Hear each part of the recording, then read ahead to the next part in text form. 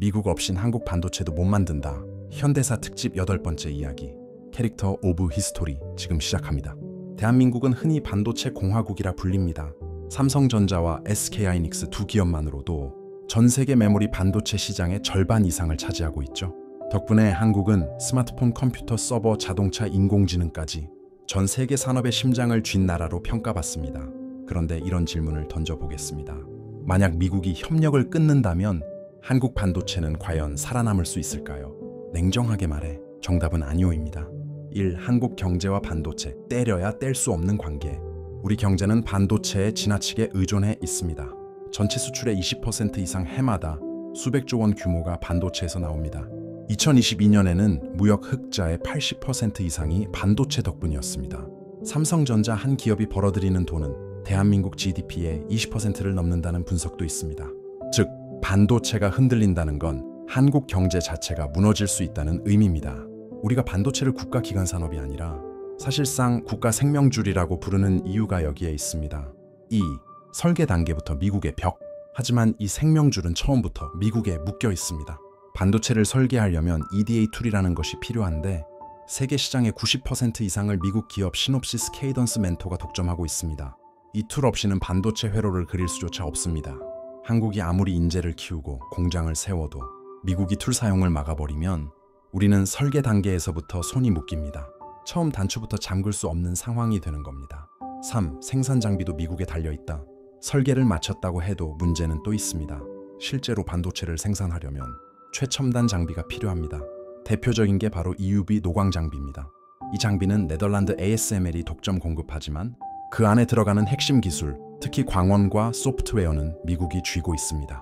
미국이 수출을 막으면 ASML조차 장비를 한국에 팔 수 없습니다. 여기에 더해 식각과 증착 장비는 미국의 램리서치와 어플라이드 머티리얼즈가 장악하고 있습니다. 이 장비들이 없다면 반도체 공정은 돌아가지 않습니다. 결국 한국 반도체 생산 라인은 미국의 기술과 장비 공급에 달려있다고 봐도 과언이 아닙니다. 4. 소재와 부품의 한계.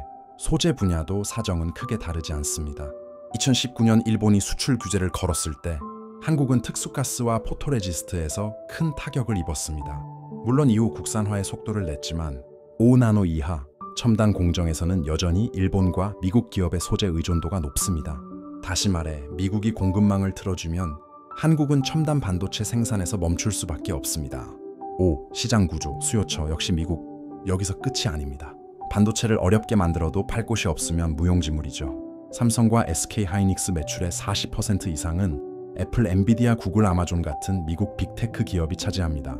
미국과 틀어지면 고객을 잃는 순간 수익 구조 자체가 무너집니다. 중국도 큰 시장이지만 미국의 수출 규제가 걸려 있습니다. 미국 허락 없이는 중국 공장 증설조차 마음대로 할 수 없습니다. 중국 시장만으로는 한국 반도체가 살아남기 어렵습니다. 6. 결론, 껍데기 공장의 위험. 겉으로 보면 한국 반도체는 세계 최강입니다.